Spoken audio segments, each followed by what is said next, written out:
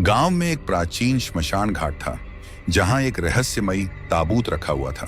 कहते हैं उस ताबूत को कोई खोल नहीं सकता, लेकिन यह भी मान्यता थी कि जो भी उसे छूता है उसकी मौत अजीब परिस्थितियों में हो जाती है। रवि, एक जिज्ञासु और निडर युवक, इन कहानियों पर विश्वास नहीं करता था। वह अपने दोस्तों के साथ गांव लौटा जहां बचपन में उसने कई किस्से सुने थे। श्मशान का रहस्य जानने के लिए वह वहां गया। उसके साथ उसके दो दोस्त मोहन और समीर भी थे। श्मशान में घुसते ही एक अजीब ठंड ने उनका स्वागत किया। वहां मौजूद ताबूत पर जंग लगी थी और उस पर कुछ अजीब सी लिपि लिखी हुई थी। रवि ने बिना किसी डर के ताबूत को छू लिया। अचानक ठंडी हवा का झोंका आया और वहां का माहौल और डरावना हो गया। मुझे लगता है हमें यहां से चलना चाहिए, मोहन ने घबराते हुए कहा। लेकिन रवि हंसा और बोला, ये सब कहानियां मनगढ़ंत हैं, कुछ भी नहीं होगा। रात को रवि के सपने में वही ताबूत दिखाई दिया।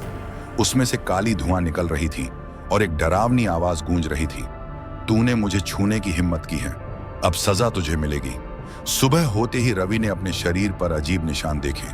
उसके दोस्तों ने उसे बताया कि उसने पूरी रात चीखते हुए बिताई। डरते हुए वे फिर से श्मशान घाट गए। ताबूत अपनी जगह पर नहीं था। श्मशान में अचानक अंधेरा छा गया और एक भयानक परछाई प्रकट हुई। तुमने जो किया है उसकी सजा भुगतने के लिए तैयार हो जाओ। वह परछाई रवि के पास आई और उसके शरीर में समा गई। रवि ने अचानक से चीखना शुरू कर दिया और जमीन पर गिर गया।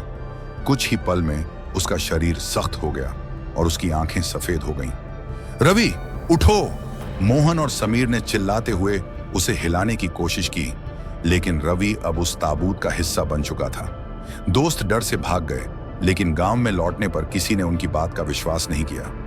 कुछ ही दिनों में मोहन और समीर भी अजीब परिस्थितियों में गायब हो गए। कहते हैं उस ताबूत की सजा से कोई नहीं बच सकता।